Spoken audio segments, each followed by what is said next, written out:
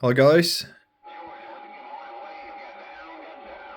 just a quick look here on the Super Bowl 27.025 from America. Date is the 23rd of the 9th, 23rd of September 2023.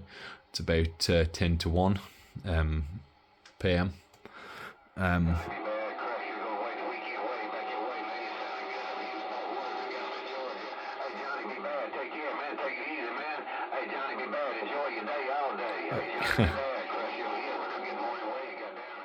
It's coming out quite well. This is just a quick test. I've just bought this Icom IC-R8500, which is a buyback for me. Not this exact radio, but I used to have one about 5-6 years ago.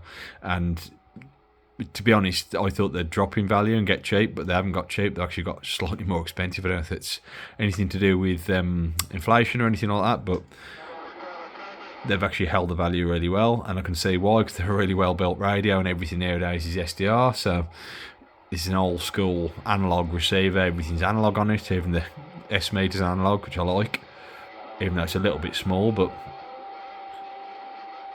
and to be honest, the only shortcomings on this radio for me are there's no selectable sideband width, but 2.2 kilohertz is, you know, a decent width.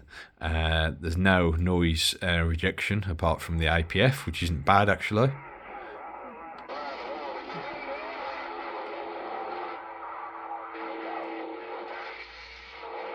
Can be helpful. There's also no notch filter. You can get rid of quite a bit of noise with that, with the APF. Audio peak filter it stands for. It's quite rare to have it on a radio. I think Yaesu do it as well, or did it. It's a bit more common there perhaps, but in the day it was quite unique. So this receiver, and so I was just talking about the shortcomings. So the shortcomings for me on this rig are really the no notch filter, which is slightly annoying because obviously heterodynes and other noises can crop up occasionally, and no adjustable sideband width, no 500 hertz standard filter for the CW, which is obviously got the option. The AM filter is a little bit wide for broadcast and a little bit too narrow for broadcast, but we're really being picky there. I mean, it's fine. And what else was I going to say about the shortcomings? Because it's got a BFO, which is actually quite. I don't think you can use the BFO on. No, of course you can't on AM. Makes sense, would it? Really good signal, this is.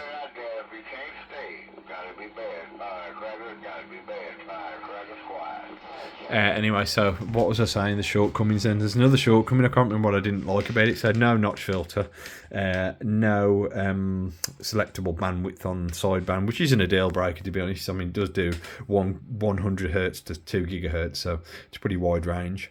What else? What else was it? There's something else that I wasn't too happy with on it. No noise reduction, but that's just got the audio peak filter, which helps with that.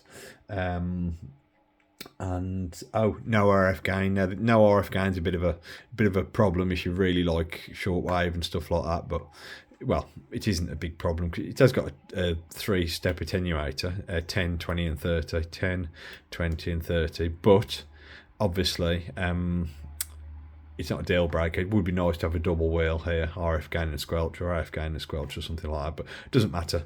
It's not a deal breaker. So it's got an attenuator that's good enough for me.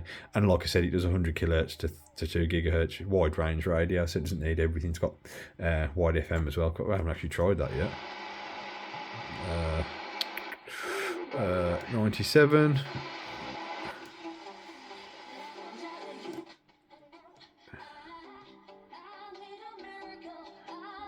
There we go. 150 kilohertz.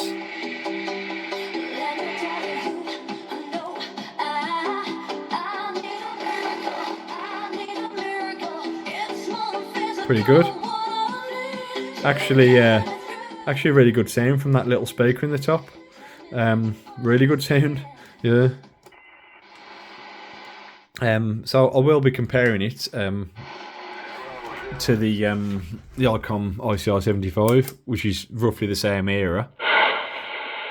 Probably worse audio from this, actually. Maybe not.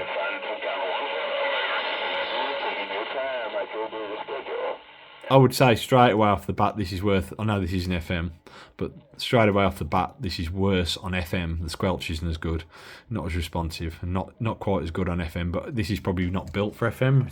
FM's an option on this, I think. Well, it isn't an option, it's standard, but I think it would have been chucked on after. It's a really good HF rig. This is really great receive on this. Also, on the other Icom, the 8500 over there, you can't turn the AGC off, which again is a bit of a thing, but you haven't got RF gain anyway, so it wouldn't be wouldn't be much use turning it off without RF gain.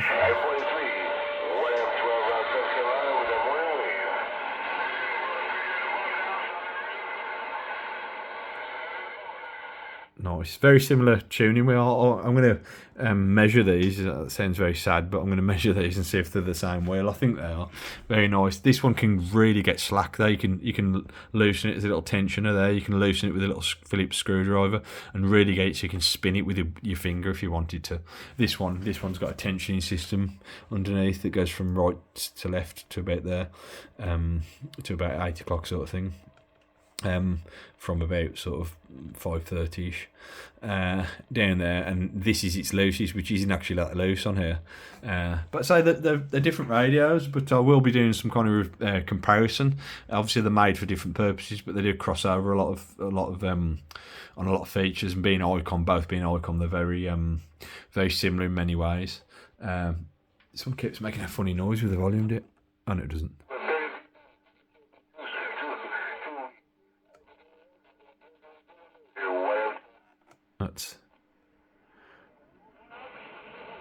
Yeah, with the volume right down, you make the speaker sound a little bit odd, but